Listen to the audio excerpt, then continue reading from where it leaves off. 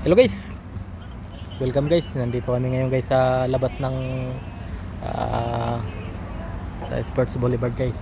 Yan guys. Yan, dito lang kami guys. Nagkape-kape. Nag-coffee-coffee guys. Coffee-coffee guys ba?